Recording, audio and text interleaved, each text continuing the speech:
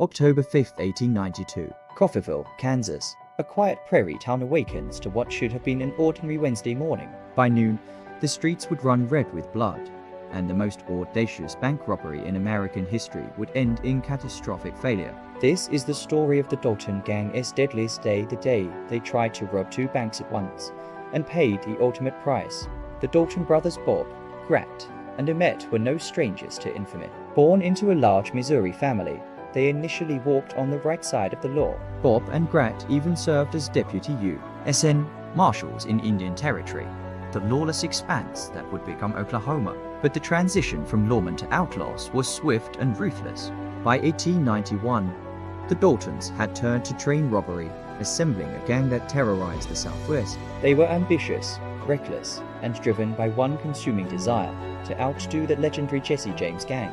Bob Dalton, the 23-year-old leader, nursed a dangerous obsession.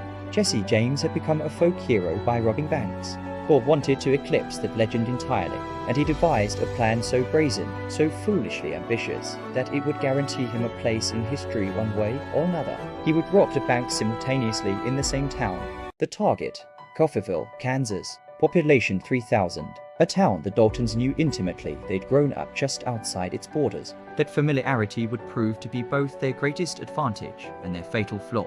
On the morning of October 5th, 5 men rode into Coffeyville. The Dalton brothers Bob, Grat, and Emmett, along with gang members Bill Powers and Dick Broadwell. They wore false beards and moustaches, crude disguises meant to conceal their identities. But in a town where they'd once been known, the disguises were woefully inadequate. The plan was surgical in its precision. The gang would split into 2 teams. Bob and Emmett Dalton, along with Dick Broadwell, would hit the First National Bank on the east side of the plaza. Simultaneously, Grat Dalton and Bill Powers would rob the Condon Bank directly across the street. They would strike both forts, grab the money, and be gone in minutes, riding out of town before anyone could mount a defense. Bob estimated they'd walk away with over 50. A fortune in 1892, enough to retire, to disappear into legend like Jesse James before them. But Bob Dalton had made a critical miscalculation.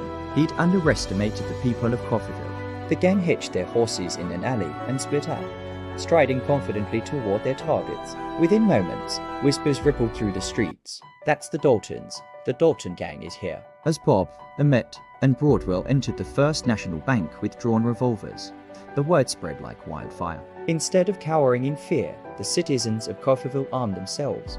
Hardware store owner Alec McKenna began distributing rifles. Shop owners grabbed shotguns. Within minutes, townspeople took positions behind water troughs, in doorways, at second-story